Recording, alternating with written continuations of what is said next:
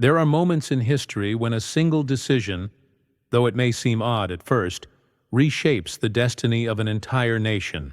In the case of Burkina Faso, that decision was made by President Ibrahim Traoré, a man determined to free his country from poverty, hunger, and dependence. But his tool of choice wasn't foreign aid, oil, or gold. It was the ostrich, yes, a flightless bird, known more for its speed and size than for saving nations, became the unlikely hero of Burkina Faso's quiet revolution. When President Traoré first proposed ostrich farming to local farmers, many were stunned. Why not cattle or chickens like everywhere else? Why ostriches? But for Traoré, this was not just about farming, it was about vision. The ostrich, he said, is a treasure.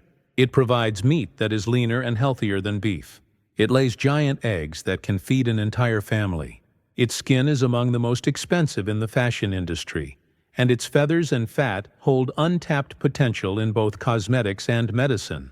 One bird, multiple industries, zero waste, and he didn't stop at the idea. He built modern incubation centers, created jobs for rural youth and women, and opened small factories for meat processing and leather tanning. In Traoré's mind, every egg, every feather, and every drop of ostrich fat could be turned into something valuable, for the people and for the nation. This story isn't just about farming. It's about how a forgotten country is beginning to feed itself. It's about dignity, creativity, and self-reliance. And perhaps more importantly, it's about what happens when a leader believes in the potential of his people more than in the promises of outside help. So the question for us, as Americans, is simple. If a small West African nation can transform its fate with a bird, what are we waiting for? President Ibrahim Traoré understood something that most leaders overlook. Change doesn't begin with massive infrastructure projects or foreign loans. It begins with understanding what your people already have and what they can do. In Burkina Faso, what they had was land, determination, and the need for something radically different. Traoré looked at the ostrich and saw not just an animal, but a system. A single ostrich could feed a family, clothe a child, create jobs, and open international trade routes. For him, this wasn't farming. This was nation-building. The ostrich, as Traoré explained to his people, is perfectly suited to the environment of Burkina Faso. It thrives in dry climates. It doesn't require special feed, and it produces more economic value per animal than cows or goats ever could. Each bird can lay up to 100 eggs per year, and each egg is nearly 20 times the size of a regular chicken egg. That means more nutrition with less cost. And the meat, lean, rich in iron, and low in cholesterol, is in high demand across Europe and health-conscious communities worldwide. Unlike beef or pork, ostrich meat is both heart-friendly and flavorful, making it a product with long-term export value. But Traoré didn't stop at selling meat and eggs. He focused on building a full economic ecosystem. He began by investing in high-tech incubation centers where eggs are kept at a constant temperature and humidity to ensure successful hatching. Farmers were trained in rotating eggs and monitoring embryo growth, a process once done by hand, now modernized through imported machinery. These centers became the heart of rural revitalization, where farmers no longer feared wasting a season due to failed hatching. Every egg became a promise, every hatchling a step toward prosperity. Then came the factories. Small local meat processing plants were built in strategic locations across the country. These weren't industrial giants owned by foreign investors. They were clean, well-managed community hubs where local workers learned to process, package, and preserve ostrich meat using world-class standards. Vacuum-sealed in modern packaging, the meat now travels to restaurants and retailers as far as South Africa and even parts of Europe. And for the first time, Burkina Faso's name appears on food export charts. Not as an aid recipient, but as a producer. Traoré also knew the real profit wasn't just in meat. The leather from ostrich skin, with its signature quill patterns, is one of the most sought-after materials in global fashion. A single high-quality ostrich leather bag can sell for thousands of dollars. Recognizing this, Traore supported the creation of small tanning workshops throughout rural towns, where farmers and their families were taught how to clean, preserve, and treat the skins.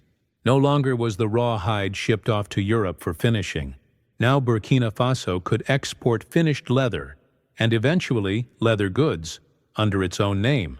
And then there were the feathers. Used in fashion, decor, and even high-end cleaning tools, ostrich feathers became an unexpected gold mine. Traore established workshops where women and young artisans cleaned, dyed, and sorted feathers for resale. Some were sent directly to foreign buyers, others crafted into products locally. What had once been discarded was now revenue. What had once been a bird with no wings to fly was helping an entire nation soar. The plan was never just about one animal. It was about believing that no part of something or someone should go to waste. In the hands of a visionary, even a feather becomes powerful. And for the people of Burkina Faso, this was more than policy. It was a new way of living. It's one thing to start a project. It's another to watch it grow into something that transforms lives. The true turning point in Burkina Faso's ostrich revolution wasn't just the first egg that hatched, or the first package of meat exported. It was the moment rural families began to believe, truly believe, that they were building a future with their own hands. For generations, the people of Burkina Faso had lived with the weight of limitations. The soil was dry, the markets were distant, and jobs were scarce. But suddenly there was movement, there was momentum, and there was hope. In village after village, families who once struggled to produce enough for their own meals were now selling to buyers from across the country. A single ostrich egg, weighing nearly 3 pounds, brought in more income than a month's worth of regular poultry sales. And it wasn't just the money, it was the pride. Farmers proudly displayed their incubators and explained how each machine could hold dozens of eggs, all monitored with precise controls. They spoke about humidity levels, embryo rotation, and hatch rates, not as students, but as masters of a new craft. Young men who once dreamed of fleeing to cities for uncertain futures found themselves returning home. With training, tools, and real opportunity in their own villages, they no longer needed to leave. They opened their own small farms, partnered with neighbors, and even began hiring others.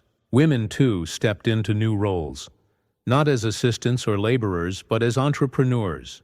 In feather workshops, they cleaned, dyed, and sorted ostrich feathers into products that would end up on Parisian runways or in African hotels.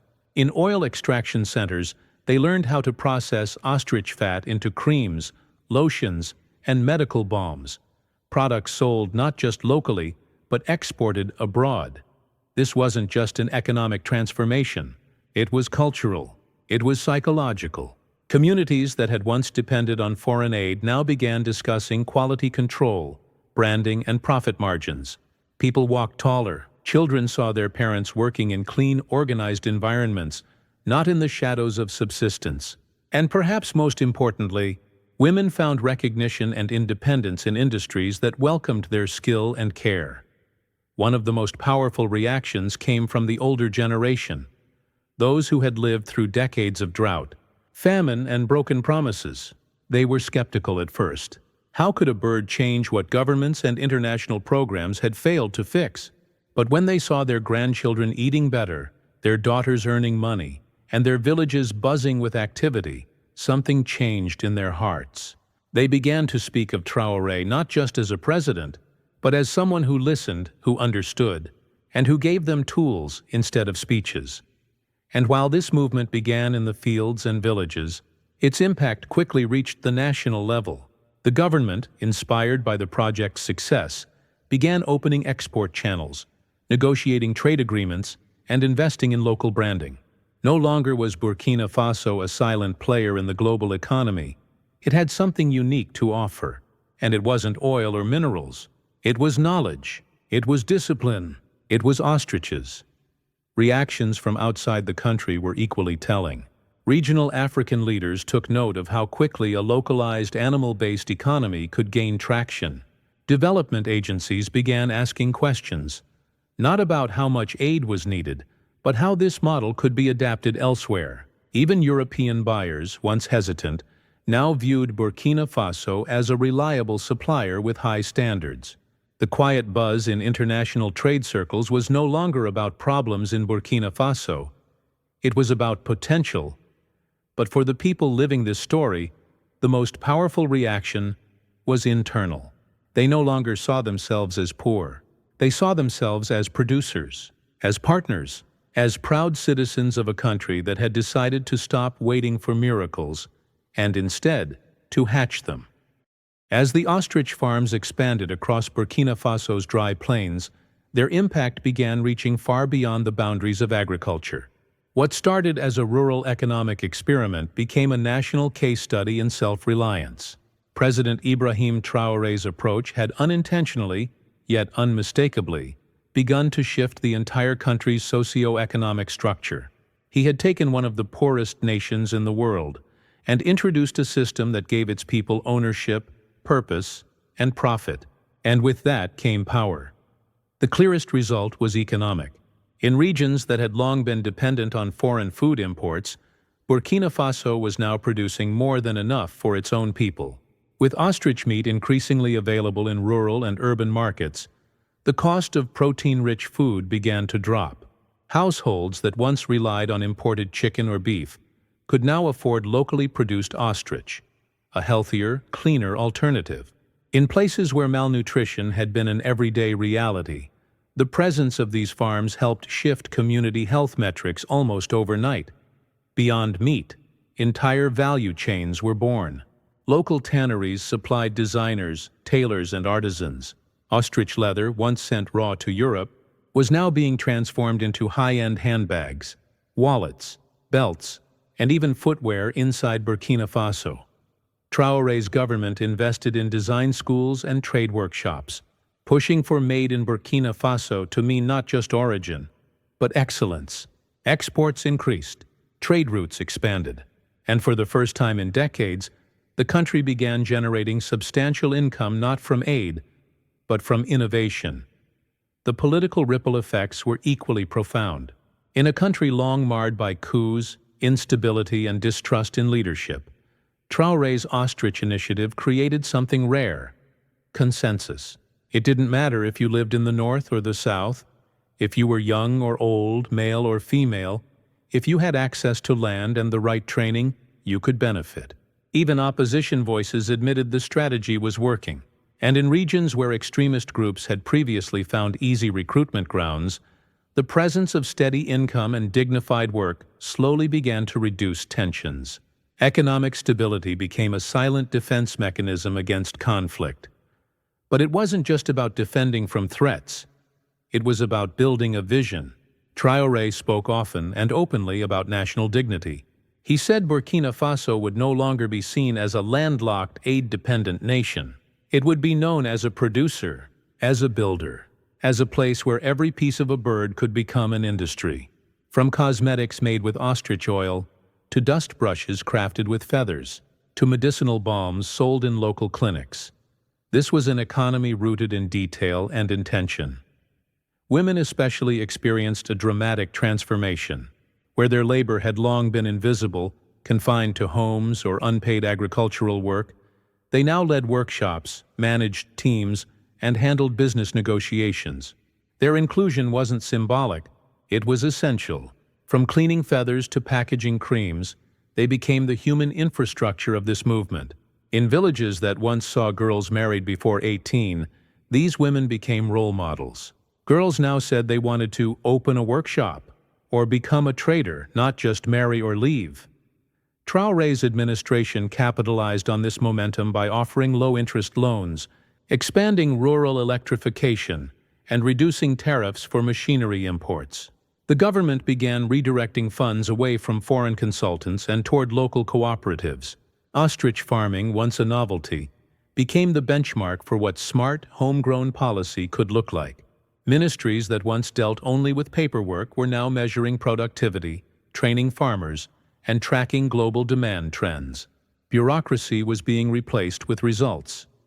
Perhaps most symbolically, Burkina Faso's flag flew at new kinds of events: international food expos, ethical fashion shows, natural beauty product conferences. The country's representatives no longer arrived seeking help. They came offering solutions, and in that shift, Traore found what many leaders seek but few ever reach: legitimacy not just on paper but in the hearts of his people. What he built with ostriches wasn't perfect.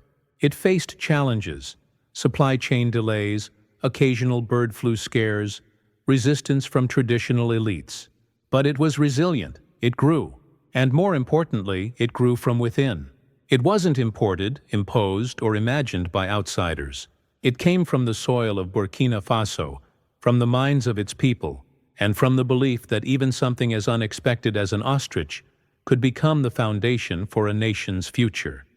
To many watching from afar, especially from places like the United States, Burkina Faso's quiet transformation has gone largely unnoticed.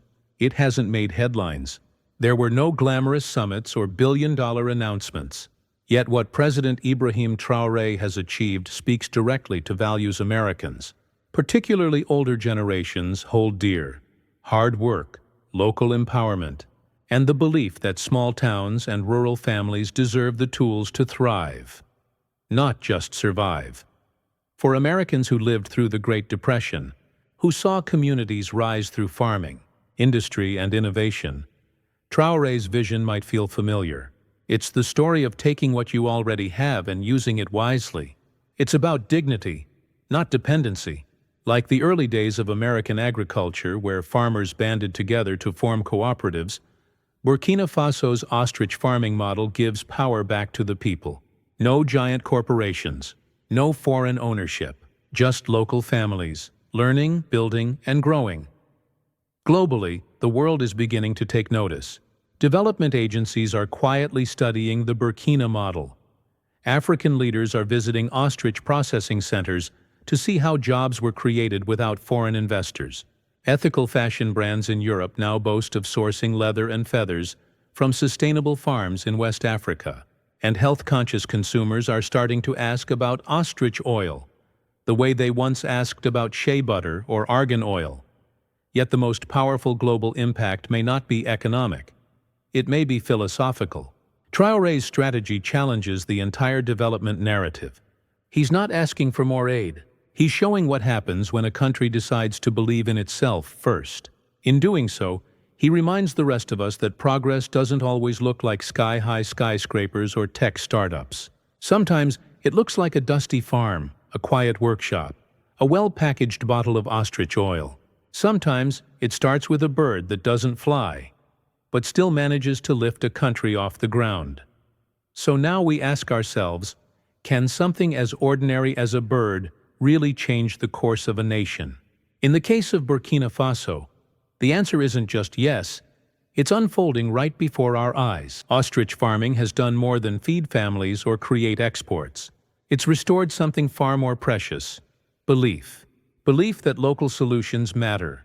Belief that rural people deserve more than handouts. And belief that national dignity can be rebuilt not through borrowed money or foreign deals, but through the labor of your own hands. President Ibrahim Traoré didn't wait for the world to offer help. He looked at his country's natural landscape, listened to his farmers, and built a vision rooted in what was possible, not what was promised. That kind of leadership may not grab global headlines, but it grabs hearts. It creates a ripple effect that turns poor villages into production hubs, turns forgotten workers into proud contributors, and turns raw potential into real prosperity. But here's the deeper question we want to leave you with. Do you think that President Ibrahim Traoré's national reform strategies are truly effective yet? Or is this just the beginning of something bigger? Can a leader with the right mindset really lift an entire nation without relying on external powers? And what does that say about the kind of leadership the world needs right now, not just in Africa, but everywhere? If you've ever believed in the values of hard work, independence, and community strength, then this story is not just about Burkina Faso, it's about all of us. Bandine, please share this video if you feel that you are one of the first to know about and support President Ibrahim Traoré's bold vision. Subscribe if you believe that the truth is more important than the headlines. and if you want more stories that reveal how real change begins where you least expect it. Thank you for listening. Thank you for caring, and thank you for standing with truth over noise.